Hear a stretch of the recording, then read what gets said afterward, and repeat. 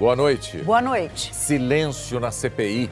A representante da empresa que pretendia vender a Covaxin ao governo usa o direito de se calar. O presidente da comissão, Omar Aziz, critica a atitude da Polícia Federal de ouvir investigados na véspera do depoimento aos senadores. Em resposta, a PF declara que é imparcial. Exumado o corpo do miliciano suspeito de envolvimento no suposto esquema de rachadinha do então deputado estadual do Rio, Flávio Bolsonaro. A relatora da reforma política mantém no projeto o chamado Distritão. Um dispositivo que enfraquece partidos e favorece candidatos já famosos. Aumenta a presença brasileira em Tóquio há 10 dias da abertura das Olimpíadas. E um incêndio consome a vegetação do Parque Nacional das Emas, no centro-oeste do Brasil. O Jornal Nacional está começando.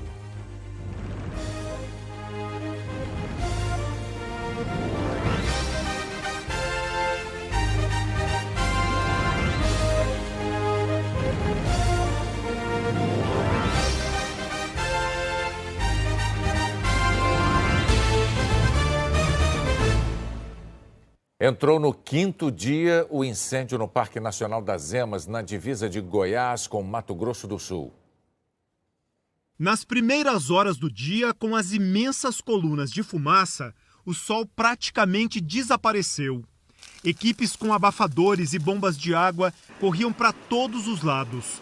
O medo era que o fogo queimasse as casas de um dos pontos de apoio do Parque Nacional das Emas.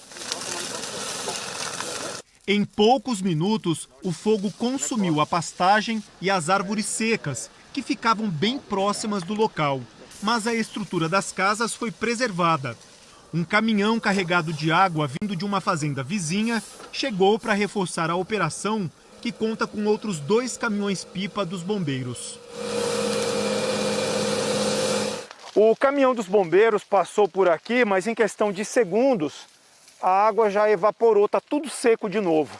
A grande preocupação dos brigadistas é apagar os focos de incêndio desse lado aqui da estrada, para que o vento não jogue nenhuma labareda para esse outro local aqui e o fogo consiga consumir toda essa vegetação que está bem seca.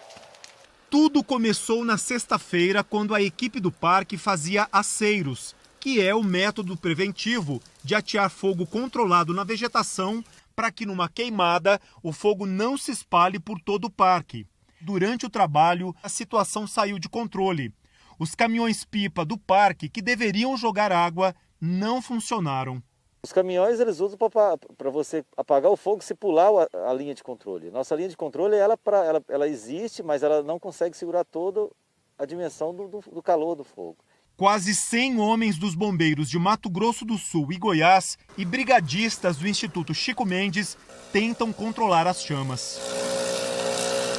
No mapa é possível ver a área total do parque, que tem 133 mil hectares. Em vermelho, o que foi atingido pelo fogo. O Parque Nacional das Emas é patrimônio natural da humanidade. Uma das riquezas da biodiversidade do parque é o fenômeno da bioluminescência. De outubro a novembro, vagalumes botam ovos dentro de cupinzeiros. As larvas destes vagalumes emitem diversos pontos de luz para atrair as presas. Agora, os cupinzeiros estão queimados. O governo de Mato Grosso do Sul decretou estado de emergência por 6 meses por causa da estiagem e de incêndios na mata. A medida facilita o acesso a recursos financeiros e humanos para a prevenção e para a reparação dos estragos causados pelo fogo. Vamos ver então a previsão do tempo para essa região e para todo o Brasil com a Anne Lotterman. Anne, boa noite. Oi, Ana Luísa. Boa noite para você, para o Bonner. Boa noite a todos. O tempo seco não dá sinal de trégua e amanhã o dia segue sem chuva e com umidade bem baixa numa grande área do país. Quanto mais laranja escuro, mais seco vai ficar. Nos últimos 100 dias, só choveu 38 milímetros em Belo Horizonte. Em Cuiabá, foram 32. É muito pouco. A quarta-feira será com 27 graus em Belo Horizonte, Cuiabá 36, no Rio de Janeiro, máxima de 30. Em Brasília, 25, Curitiba, 23, sem nada de chuva e umidade bem baixa. Chove em toda a faixa leste do Nordeste, passando pelo Ceará, Maranhão, até o norte do país. E no Rio Grande do Sul, volta a chover, principalmente nessa área aqui em verde mais escuro. Essas nuvens de chuva, elas vão dar origem a uma frente fria. Anne, conta pra gente, essa frente fria vai ser forte como aquela última que provocou até neve? Olha, essa não, viu, Ana Luísa? Mas tem uma outra frente fria que vai vir logo depois, no sábado, que é um pouco mais forte. Essa primeira frente fria, que começa a se organizar amanhã, ela vai provocar chuva até São Paulo e também no sul de Mato Grosso do Sul. E vai trazer frio, principalmente para o sul do país. Em Porto Alegre, amanhã a máxima chega aos 24 graus e na sexta-feira não passa dos 17. Em São Paulo, 27 graus amanhã, na sexta já não esquenta tanto e o tempo começa a mudar e pode garoar no período da noite. Em Florianópolis, a máxima de 27 graus. Em Vitória, máxima de 28, assim como Salvador, Palmas e Teresina, máxima de 35 graus. Em João Pessoa, 29, 33 graus em Belém e também Porto Velho. Termino a previsão falando do vento do Nordeste, que está produzindo cada vez mais energia eólica. Desde o início do mês, tivemos 5 recordes de produção instantânea, ou seja, 5 picos de produção da energia. E ontem, ao longo do dia, foram gerados 10.873 megawatts médios. E o que isso significa? Que daria para abastecer quase todo o Nordeste durante um dia inteirinho. E olhando o gráfico que indica a produção de energia eólica durante o ano na região, dá para perceber que o melhor período vai de junho até dezembro, ou seja, teremos muito vento soprando de forma constante no Nordeste e trazendo boas notícias de energia limpa até o fim do ano. Ana. Tá certo. Obrigada, Anne. Boa noite para você. Boa noite. E como a gente precisa de energia e de energia limpa, né? Porque as hidrelétricas estão com as represas em baixa, como você sabe. O presidente Jair Bolsonaro sancionou com vetos a medida provisória que possibilita a privatização da Eletrobras. A cerimônia de sanção foi hoje no Palácio do Planalto. Será a primeira estatal de controle direto da União a ser privatizada pelo governo Bolsonaro. A operação vai acontecer por meio da venda de ações. A participação do governo na companhia vai cair de 60% para 45%. O Planalto diz que a operação poderá reduzir o valor da conta de luz dos consumidores porque vai tornar o setor mais competitivo. Para o Brasil, a nova Eletrobras, mais forte, mais eficiente e mais competitiva, contribuirá para o crescimento econômico sustentável, pelo qual toda a sociedade anseia e tanto merece. Especialistas dizem que a conta poderá ficar mais cara na ponta porque o texto aprovado pelo Congresso e sancionado por Bolsonaro inclui medidas que vão gerar novos custos. Um dos principais pontos é a contratação de usinas termoelétricas movidas a gás natural no Nordeste, Norte, Centro-Oeste e Sudeste. Em muitos lugares não existem reservas de gás ou gasodutos, o que vai exigir a construção de novas estruturas, um custo de até 20 bilhões de reais por ano. O representante da União pela Energia, que reúne associações do setor, avalia que essa exigência pode prejudicar a competitividade do país. Você poderia ter colocado essa mesma térmica em outro lugar que representaria um custo muito menor para o sistema. Então, nós poderíamos ter uma energia extremamente competitiva para que a gente produzisse bens, para que a gente tivesse uma produção agrícola, industrial, competitiva com a China ou com outros países, e a gente está jogando isso fora porque a gente está dando uma série de benefícios para alguns no meio do caminho, sendo que o todo não está se beneficiando. A lei também permite que o governo construa o linhão de Tucuruí, que vai ligar Roraima ao Sistema Elétrico Nacional, sem a necessidade de licenças ambientais do IBAMA e da FUNAI. O projeto passa por uma terra indígena. E prorroga os contratos do Programa de Incentivo às Fontes Alternativas de Energia Elétrica, como energia eólica, por 20 anos, Segundo entidades do setor, os critérios de concessão desses subsídios deveriam ter sido rediscutidos.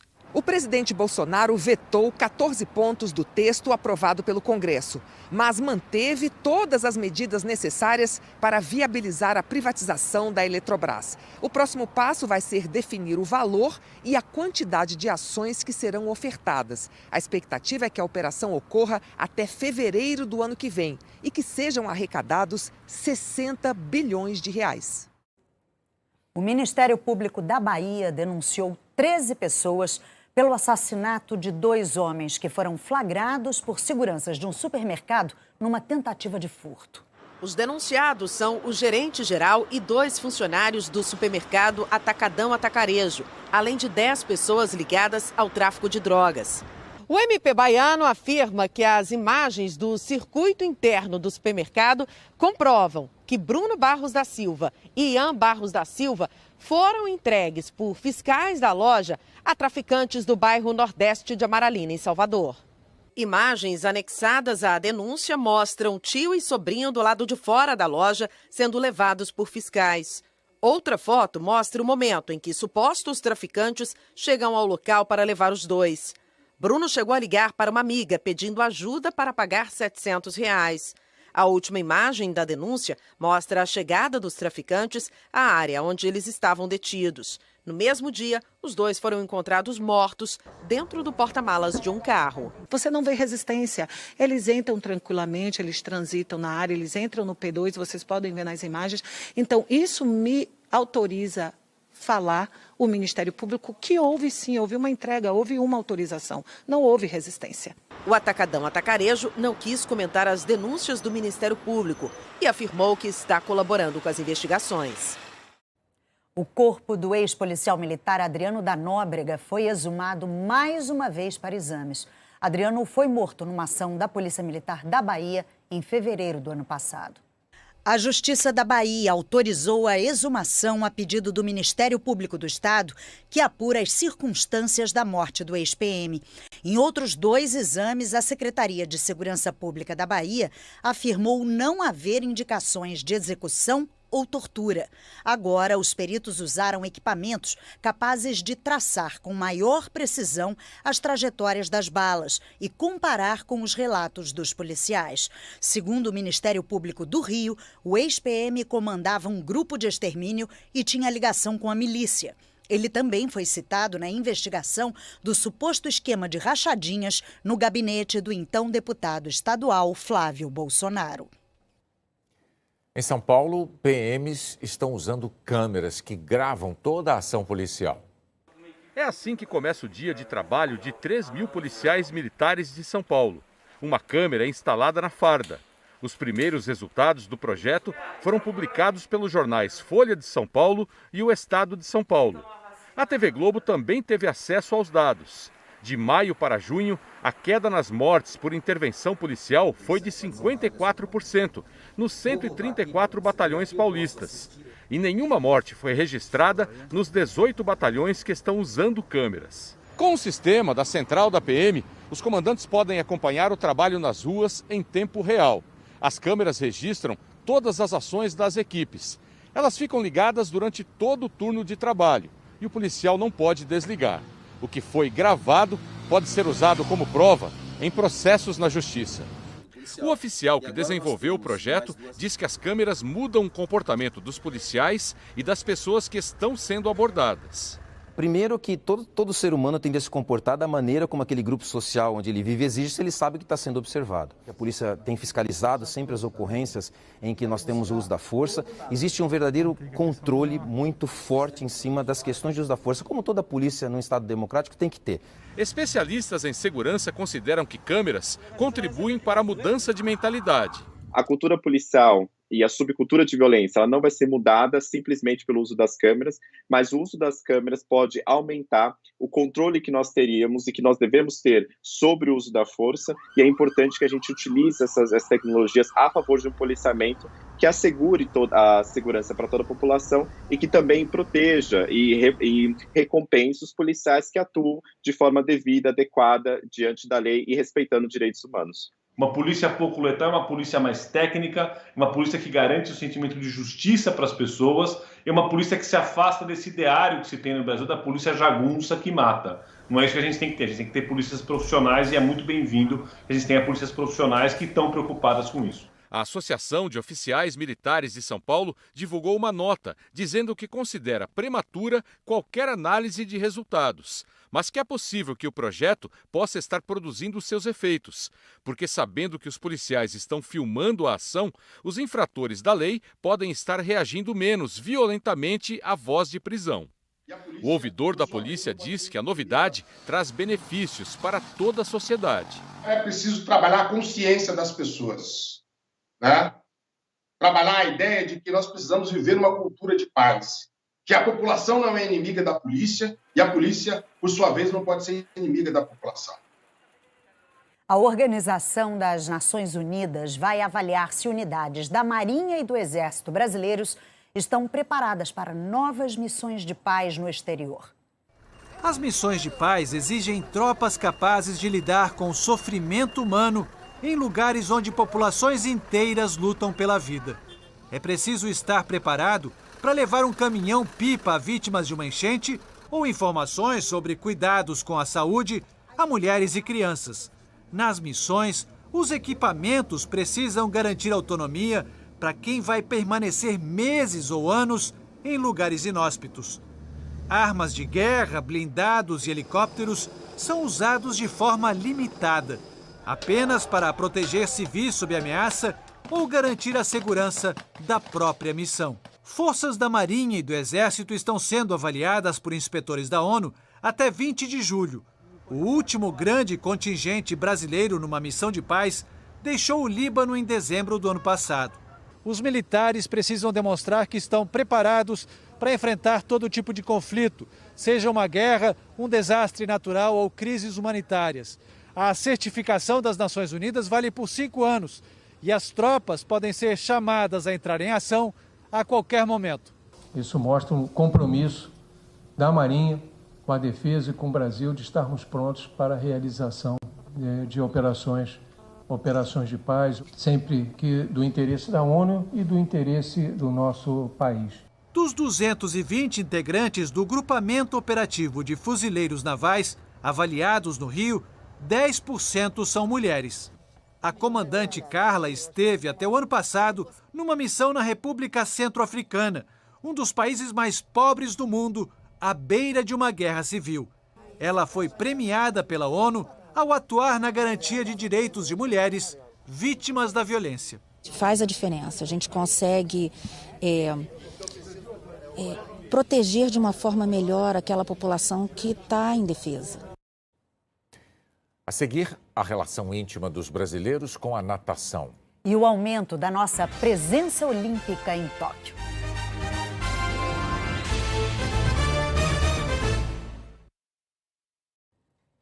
O time Brasil em Tóquio está aumentando.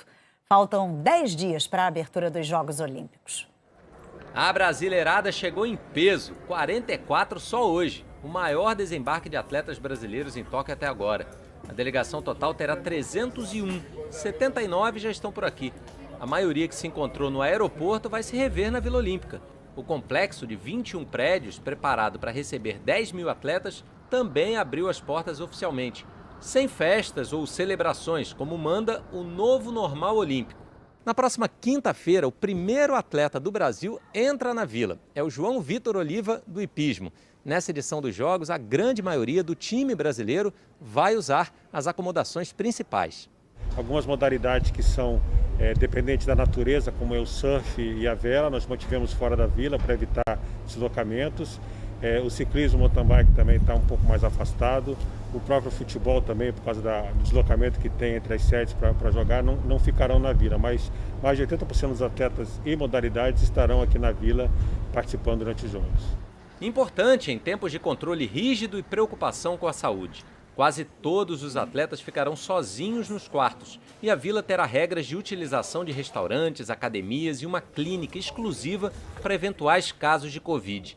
75% dos atletas do Brasil chegam vacinados com 2 doses, 90% com pelo menos uma. aproximadamente 6 mil testes de antígeno que chegaram no Japão com a gente. Em pessoas que têm algum contato com os nossos atletas. Por exemplo, os motoristas, a equipe da alimentação, com o objetivo realmente de que o vírus não se aproxime dos nossos atletas e não chegue aos nossos atletas. 5 funcionários de um hotel onde a equipe de judô vai ficar treinando na cidade de Hamamatsu testaram positivo antes da chegada dos atletas. Foram isolados e não tiveram nenhum contato com os brasileiros. Na nossa série de reportagens especiais sobre a relação íntima dos brasileiros com esportes olímpicos, hoje é dia da natação. O Tino Marcos realizou esse trabalho antes da pandemia. 2 átomos de hidrogênio, 1 de oxigênio. Falo muito que é de onde a gente vem, né? Porque a gente nasce num ambiente aquático dentro da barriga da mãe. E por que essa farra toda na piscina? De bebês a vovós. Por que o meio aquático faz tão bem? Porque se você chegar aqui e nadar 20 minutinhos, vai ser um momento que hoje em dia a gente vai estar longe de tudo. Né? Vai ser aquele seu momento com a água, você botar a cabeça no lugar. A água, essencial a todos os seres vivos, é terapia.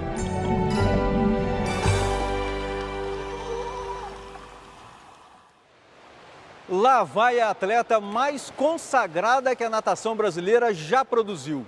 É portadora de uma doença crônica desde a infância. Toma remédio 2 vezes por dia e não tem do que se queixar. Ah, se não fosse a asma. Aos 30 anos, calcula ter nadado uns 40 mil quilômetros, o equivalente a uma volta em torno da Terra. Uma prova perfeita! Entre tosses e espirros.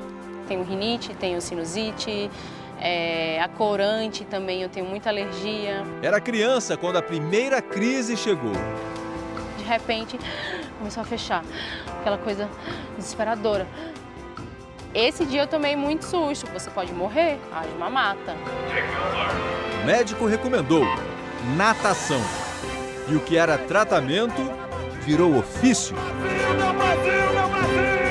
Etienne Medeiros, a única brasileira campeã mundial. Praticamente de ponta a ponta, liderando a prova. Ela nunca mais teve crises graves e atribui a melhora à natação. Mas em qualquer lugar, onde vai a touca, onde vai o maiô, vai a bombinha. O remédio, que testemunha cada treino. Apesar da minha asma ser tratada, aquela ali vai ser minha emergência. Emergência! Era a situação no sítio da família do Tiago Pereira.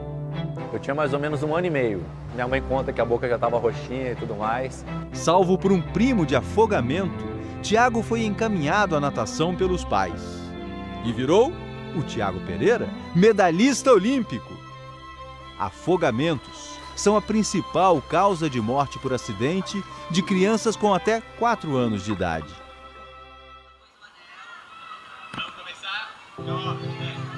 Beni e Micaela, irmãos gêmeos, prematuros extremos, nasceram com pouco mais de 5 meses de gravidez. Ela 600, ele 700 gramas. O Beni nasceu sem vida e foi reanimado na sala da cesárea, direto para a incubadora e para a UTI neonatal. Beni e Mica passaram 5 meses na UTI. Tiveram à beira da morte diariamente. Eles têm peso e tamanho abaixo da média para crianças de quase 4 anos. Mas na piscina, desenvolveram rapidamente a coordenação motora.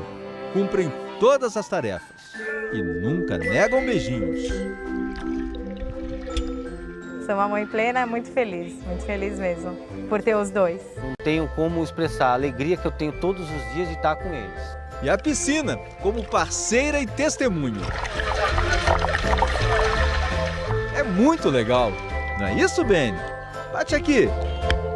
A minha mãe teve esse olhar assim, de escutar profissionais, de médicos, de que um esporte iria mudar o meu estado presente ali de saúde. E eu acho que a natação me escolheu, assim, sabe? Ela foi me mostrando que eu podia não só ser uma atleta muito diferenciada, mas uma pessoa diferenciada. Então eu acho que a natação hoje me deu títulos, mas também me presenteou com coisas muito boas, valores pessoais muito bons, sabe? É uma mulher campeã do mundo na natação em piscina longa. A seguir, uma representante da empresa que pretendia vender a Covaxin ao governo se cala na CPI. Mensagens de celular do PM, vendedor de vacinas, sugerem que o grupo dele procurou o presidente Jair Bolsonaro.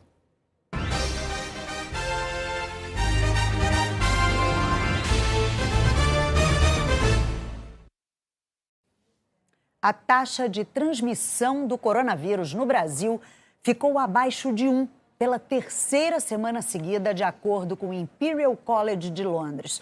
Caiu para 0,88, a mais baixa desde novembro do ano passado. Isso significa que cada 100 pessoas infectadas transmitem o vírus para outras 88.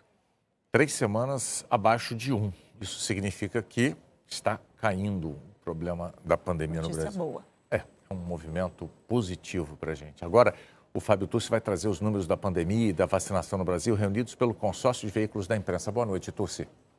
Boa noite, Bonner. Ana Luísa, boa noite para todos.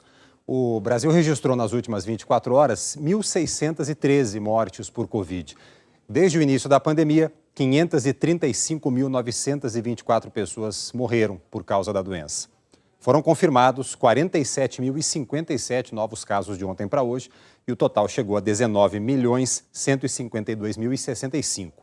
Na média móvel de casos, estamos com 42.466 registros por dia, queda de 23% na comparação com a média de 2 semanas atrás. A média de mortes também segue caindo, menos 19% em 2 semanas. São 1.273 mortes por dia, em média, a menor desde 1º de março. Hoje, Paraná e Acre continuam com alta na média de mortes. Em estabilidade são 6 estados e em queda 18 estados e o Distrito Federal. Agora os números da vacinação. 789.242 pessoas receberam a primeira dose no país de ontem para hoje. E 514.191 tomaram a segunda dose ou dose única. Total do dia, 1.303.433.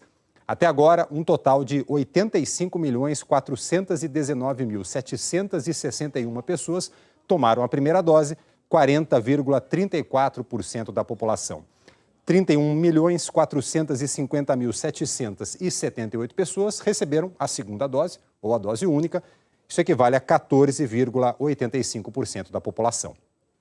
No mapa, em verde mais escuro, os estados que mais avançaram na imunização completa. Os 5 primeiros são Mato Grosso do Sul, Rio Grande do Sul, Espírito Santo, São Paulo e Pará. Outras informações em g1.com.br/coronavírus. Ana Bonner. Obrigada, Turci. O Datafolha divulgou a pesquisa sobre a adesão dos brasileiros à vacinação contra a Covid. É um novo recorde. A margem de erro da pesquisa é de 2 pontos. Em agosto do ano passado, 89% disseram que pretendiam se vacinar. Em dezembro, 73%. Em janeiro deste ano, 81%. Em março, a soma dos que pretendiam se vacinar e dos que já tinham se vacinado chegou a 89%. Em maio, 91%. Agora, 94%. Na primeira pesquisa, 8% responderam que não pretendiam se vacinar. Depois, 23%, 16%, 9%, 8% e agora 5%. Não souberam, 3%, 5%, 3%, 2% e 1% nas 2 pesquisas mais recentes. O Datafolha também quis saber a opinião dos cidadãos sobre a CPI. A parcela de brasileiros que tem conhecimento sobre a comissão do Senado que investiga ações, omissões e irregularidades na condução da pandemia aumentou nos últimos meses. Da comissão em maio, agora são 37%. Dos que afirmaram que sabem da CPI, 14% se disseram bem informados em maio, agora são 20%. 27%. Bom, você viu, nós disparamos essa gravação antes de eu terminar de explicar. Então, vamos rever. Eu vou explicar o que é que a gente estava vendo agora. É a parcela dos brasileiros que tem conhecimento sobre a CPI do Senado, a CPI da Covid. E nós vamos ver, então, como é que aumentou o conhecimento dos brasileiros sobre o trabalho da CPI nos últimos meses. Vamos ver de novo.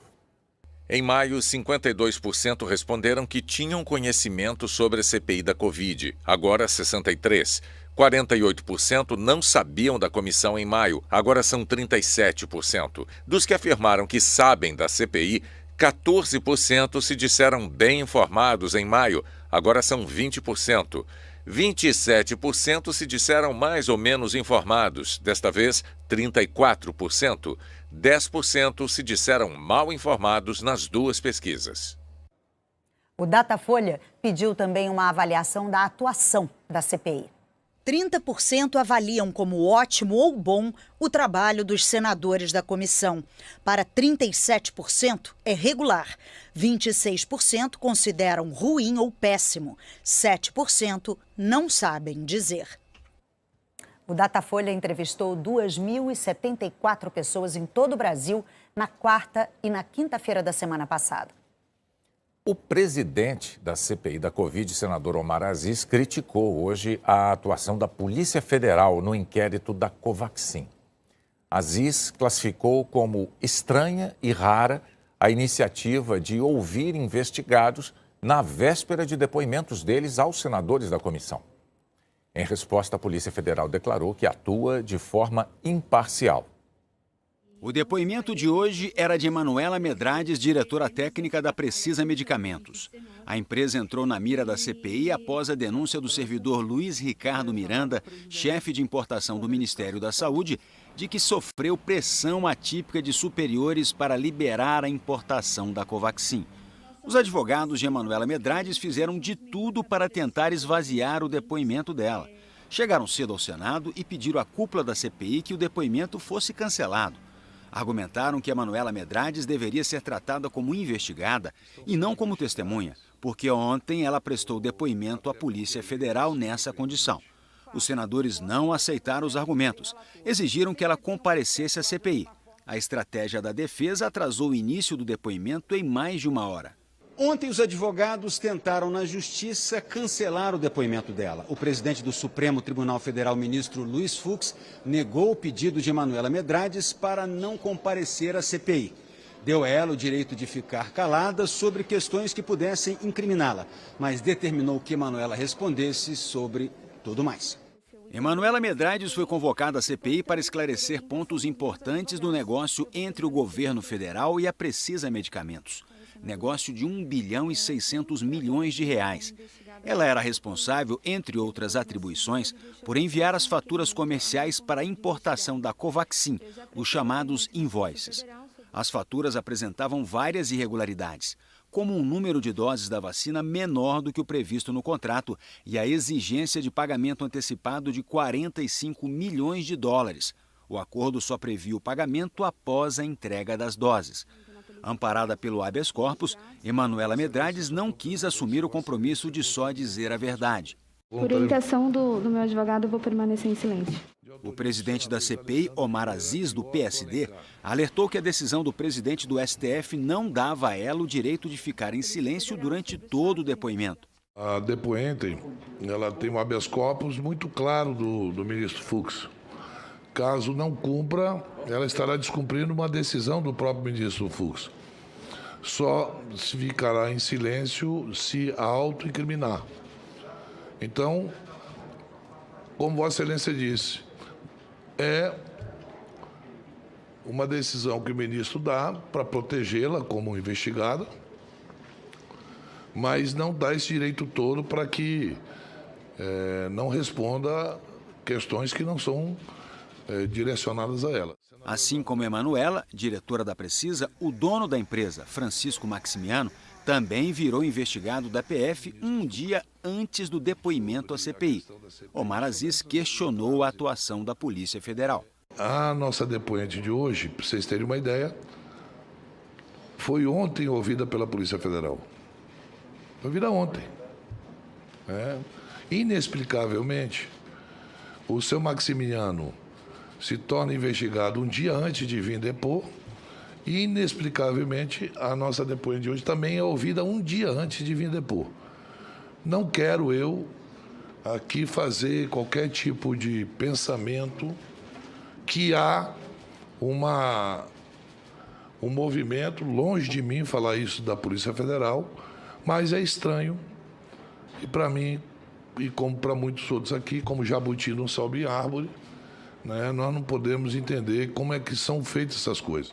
Sem citar as declarações de senadores, a Polícia Federal disse em nota que a investigação da compra da Covaxin atende às disposições constitucionais e legais e que há prazo para concluir o inquérito.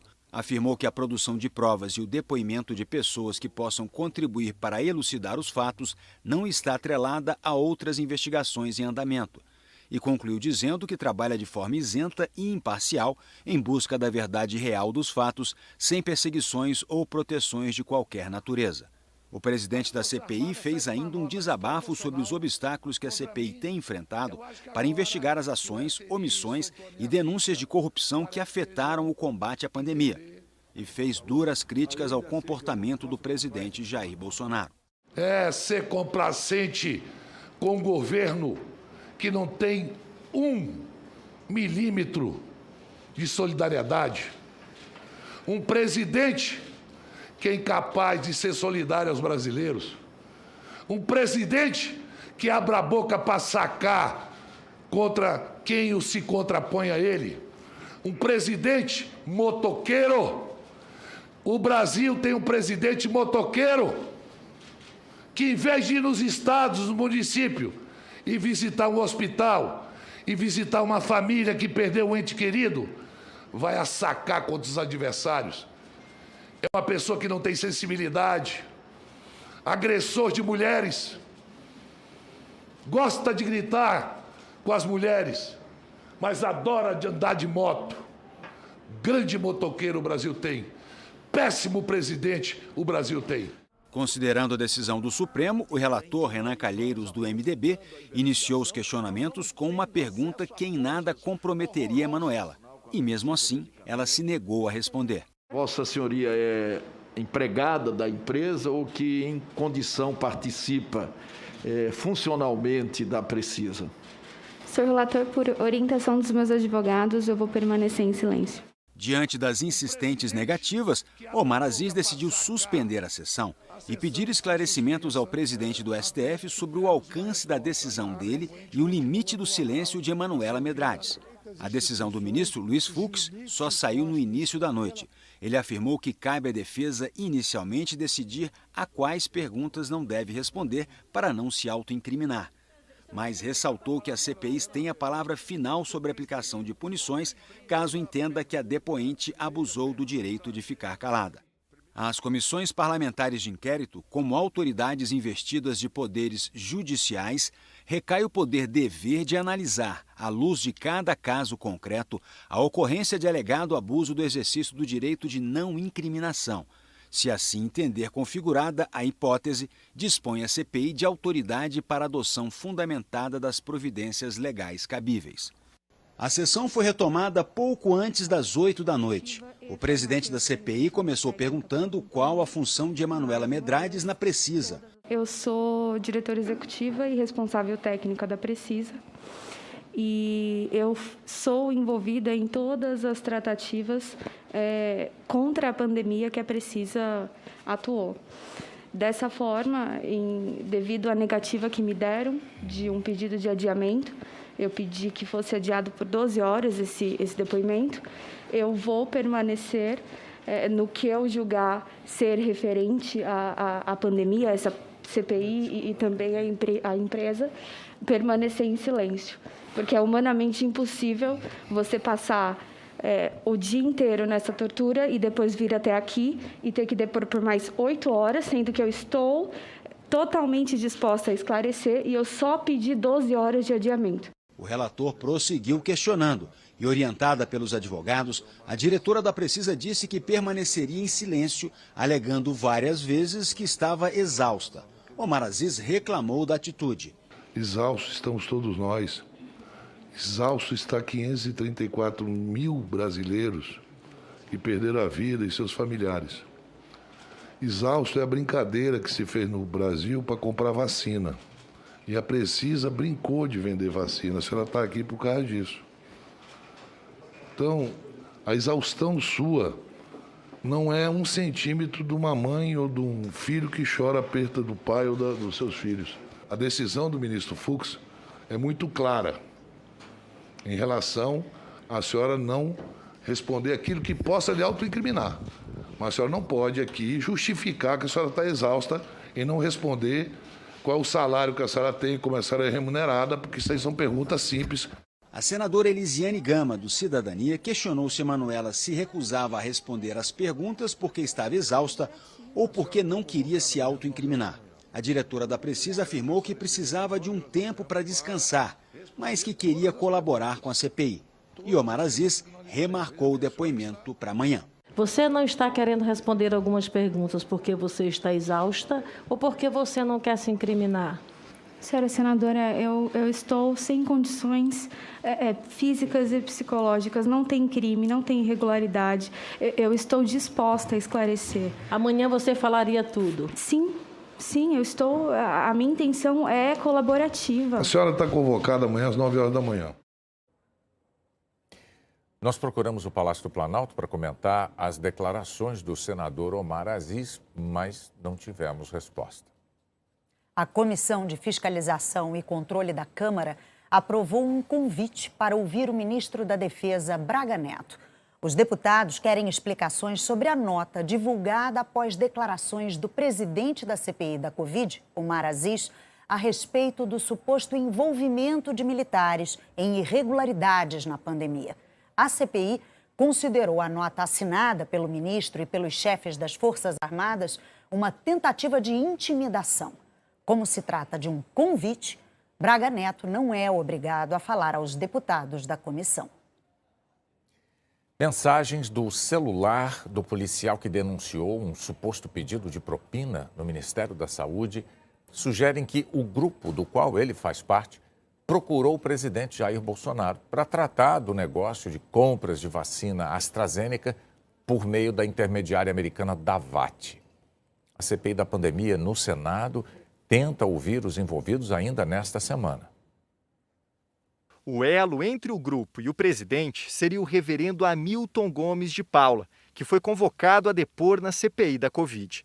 O depoimento estava marcado para amanhã, mas ele apresentou um atestado médico que o impediria de depor por 15 dias. Hoje, uma junta médica do Senado foi até a casa do reverendo para fazer uma perícia e confirmou os problemas de saúde. Hamilton se tornou alvo dos senadores após a revelação de que uma entidade comandada por ele teria participado de negociações de vacinas com o Ministério da Saúde. A Secretaria Nacional de Assuntos Humanitários, a Senar, chegou a ser reconhecida pelo Ministério em documentos como intermediária na negociação paralela por 400 milhões de doses da vacina AstraZeneca com a Davat, empresa americana localizada no Texas. A AstraZeneca diz que negocia diretamente e apenas com governos, sem intermediários.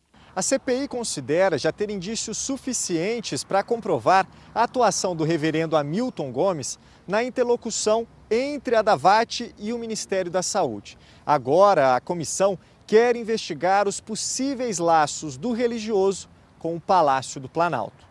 Os senadores querem que Hamilton explique conversas que indicam que o presidente Jair Bolsonaro teria sido procurado pelo grupo.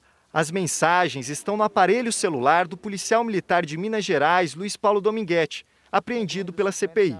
O cabo da PM prestou depoimento à comissão no dia 1º de julho, quando acusou o ex-diretor do Ministério da Saúde, Roberto Dias, de pedir propina de $1 por dose na negociação de vacinas.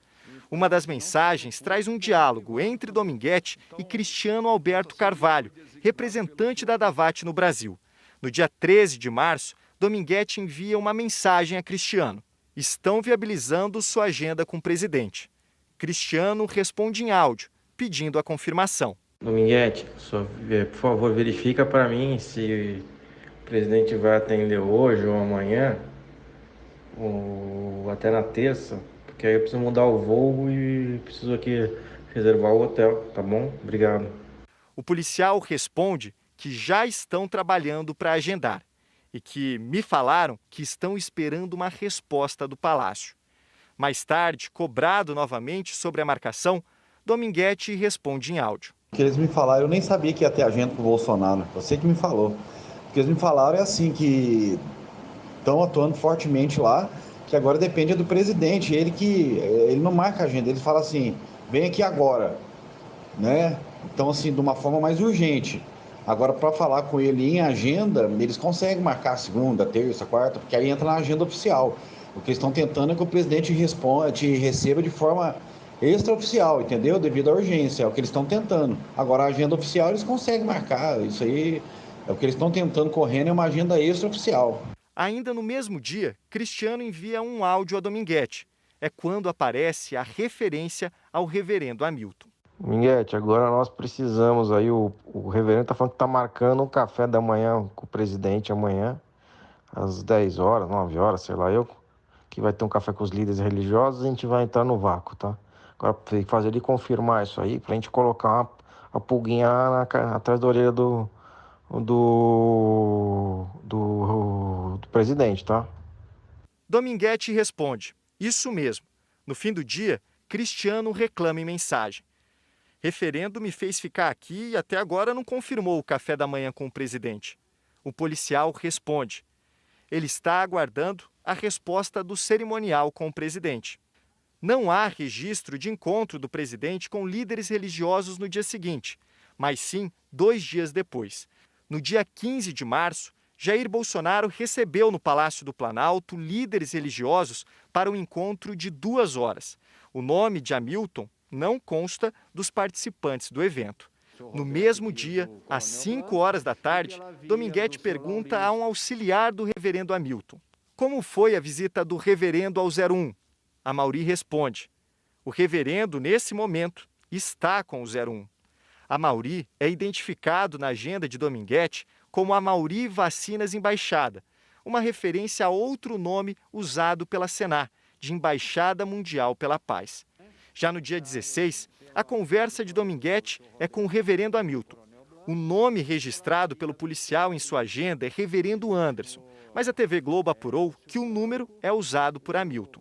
Questionado por Dominguete sobre atualizações, Hamilton diz: ontem falei com quem manda, tudo certo, estão fazendo uma corrida compliance da informação da grande quantidade de vacinas. No mesmo dia, outras 2 pessoas ligadas à Senar citam a possível reunião do reverendo com o presidente da República. Registrada na agenda como Maria Helena Embaixada, uma auxiliar do reverendo diz ao policial: ontem o Rev esteve com o presidente. Já um interlocutor registrado como Renato Compra Vacina Chapecó diz: ontem o Hamilton falou com Bolsonaro. Ele falou que vai comprar tudo. Numa entrevista ontem, o presidente Jair Bolsonaro foi questionado se conhece o reverendo Hamilton. Olha, se eu ver a cara dele, pode ser que eu lembre de algum lugar, mas não estou lembrado dele no momento aqui. Não estou lembrado do momento dele aqui. Tá? Eu sei que ele não vai depor a semana por um problema, não sei por que ele alegou, pediu para adiar o depoimento dele. Eu não desconheço. Em entrevista à TV Globo, por telefone, o reverendo Hamilton negou que tenha conversado sobre vacinas com o presidente da República, mas não soube explicar a quem se referia ao falar que havia conversado com quem manda. Mas não, eu não estava na reunião, eu não compareci. A informação que me passaram é que haveria de desmarcar essa reunião de líderes, porque ele tinha um compromisso em uma igreja católica que ele ia rezar. Não houve. E o senhor, o senhor mandou essa mensagem no dia seguinte para o Dominguete, dizendo: ontem conversei com quem manda. Quem que seria? Não, conversei com quem manda. A gente pode ter assim, várias ideias do que quem manda, né? Então quem manda é quem está na frente, a gente conversa com quem manda e quem está na direção. Né? E quem era nesse caso? Não, era várias situações, né? Em várias situações a gente era uma questão assim que a gente não pode direcionar para de fato ter uma resposta concreta nessa história. O senhor não lembra quem era, porque quando coloca pro Dominguete nessa mensagem?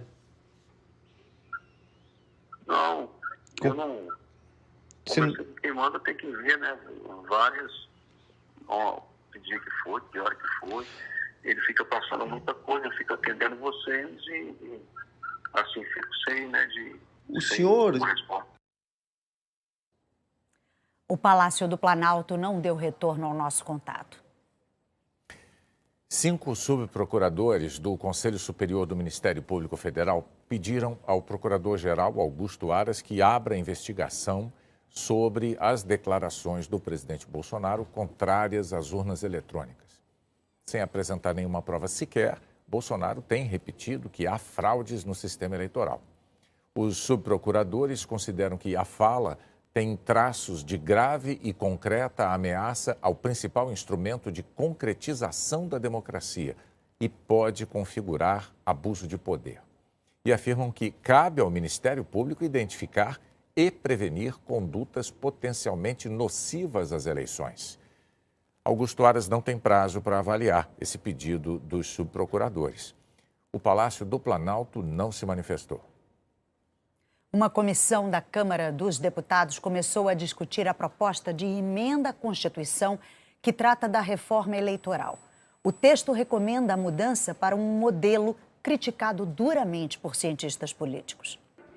A proposta da deputada Renata Abreu, do Podemos, quer ressuscitar o chamado Distritão, que já foi rejeitado 2 vezes pelo plenário da Câmara, em 2015 e em 2017. Hoje, o sistema para eleger deputados e vereadores é o proporcional. As vagas são distribuídas proporcionalmente ao número de votos que candidatos e partidos recebem. No Distritão são eleitos os candidatos mais votados. E o sistema não leva em conta os votos nos candidatos perdedores e nos partidos. Na prática, esses votos seriam jogados fora. Ou seja, a eleição para todo o legislativo vira majoritária, como ocorre para presidente, governadores, senadores e prefeitos. O Distritão ele se torna um sistema mais simples, porque você elege os mais votados, acaba com os puxadores de voto e as críticas, muitas vezes, que nós ouvimos com relação a ele, na prática, na minha leitura, é o mesmo que já se aplica ao sistema proporcional.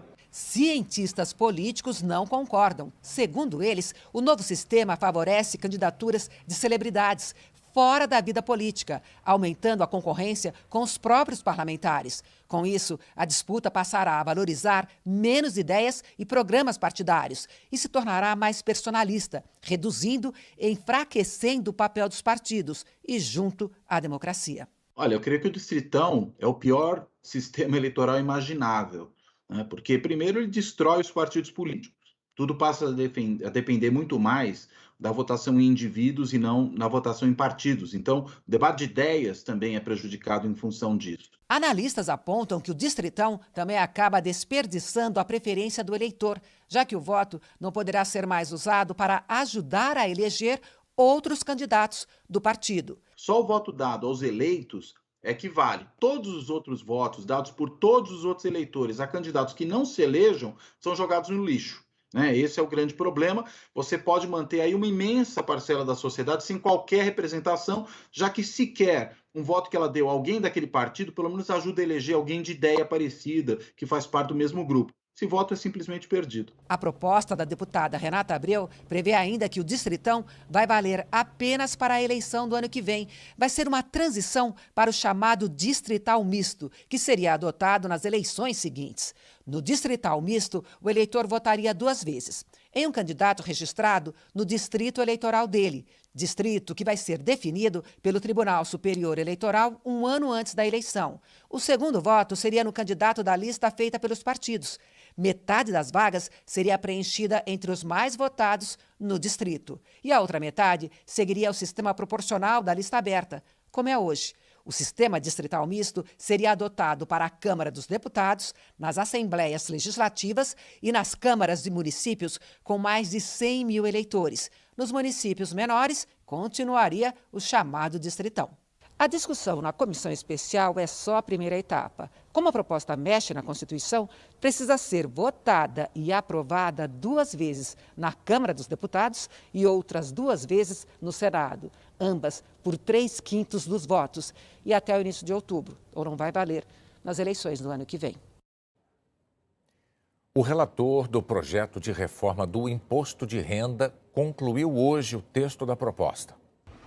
O relatório foi apresentado para líderes partidários numa reunião na casa do presidente da Câmara, Arthur Lira. O relator, deputado Celso Sabino, do PSDB do Pará, propôs uma redução gradual da alíquota de imposto de renda das pessoas jurídicas.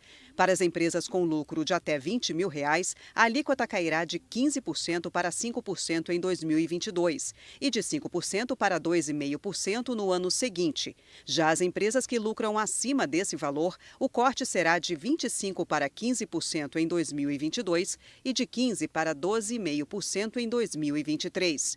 De acordo com o relator, 1.100.000 empresas vão ser beneficiadas caso a redução seja aprovada pelo Congresso. O projeto original previa a redução de apenas 5 pontos percentuais no imposto de renda das empresas nos próximos 2 anos. Mas a reação dos empresários foi negativa. Eles consideraram que a diminuição no IR era insuficiente para compensar outra medida em estudo, a taxação dos lucros e dividendos. Ponto que o Ministério da Economia não abre mão. Os lucros e dividendos são distribuídos aos donos das empresas como forma de remuneração. Eles não eram tributados desde 1995. De acordo com a proposta, a taxação sobre os lucros e dividendos será de 20%. Também passará a incidir imposto sobre auxílio moradia e auxílio transporte pagos a agentes públicos, como juízes e parlamentares. O relator afirma que a proposta reduz em 30 bilhões de reais a carga tributária do imposto de renda. O cerne do projeto é exatamente mudar o espectro da tributação no nosso país. Nós estamos desonerando, nós estamos reduzindo a carga do capital produtivo, de quem produz, de quem gera emprego, de quem empreende no Brasil. Estamos compensando isso com a tributação dos lucros e dividendos, uma modalidade de tributação que é aplicada no mundo todo. São raríssimos os países que não tributam os lucros e dividendos, inclusive com patamares bem maiores do proposto no projeto. Especialistas ouvidos pelo Jornal Nacional afirmaram que a redução do imposto de renda para as empresas ameniza, mas não compensa completamente a volta da tributação dos lucros e dividendos. E que no momento de pandemia, em que muitas empresas estão com dificuldades, não é hora para aumentar o peso dos impostos. O líder do MDB na Câmara disse que faltam dados para saber se realmente vai haver uma compensação. Não há comprovação que a diminuição do imposto de renda das empresas compensa o retorno da tributação de dividendos, o que faz a gente pensar que ainda carece de uma discussão mais aprofundada e uma apresentação de cálculos mais assertivos. Então nós vamos continuar debatendo para que a gente encontre o texto ideal para que seja votado aqui no Congresso Nacional. Para viabilizar parte das novas fontes de receita, Celso Sabino também retirou benefícios fiscais de 4 setores: indústria de perfumaria, cosméticos e produtos de higiene, indústria de embarcações e aeronaves, indústria de produtos químicos e farmacêuticos, e as termoelétricas perderão incentivos de PIS e COFINS. O presidente da Câmara, Arthur Lira, disse que o texto pode ser votado ainda essa semana. A Câmara dos Deputados aprovou em votação simbólica o projeto que impõe barreiras ao pagamento de supersalários no setor público, aqueles que ultrapassam o teto atual de R$ 39.300. O projeto estabelece limites para o auxílio moradia e o auxílio alimentação, por exemplo. São ao todo 32 itens. As estimativas de economia vão de 3 a até 10 bilhões de reais por ano. O projeto ainda vai ser avaliado pelo Senado. E o Jornal Nacional termina aqui. Até amanhã.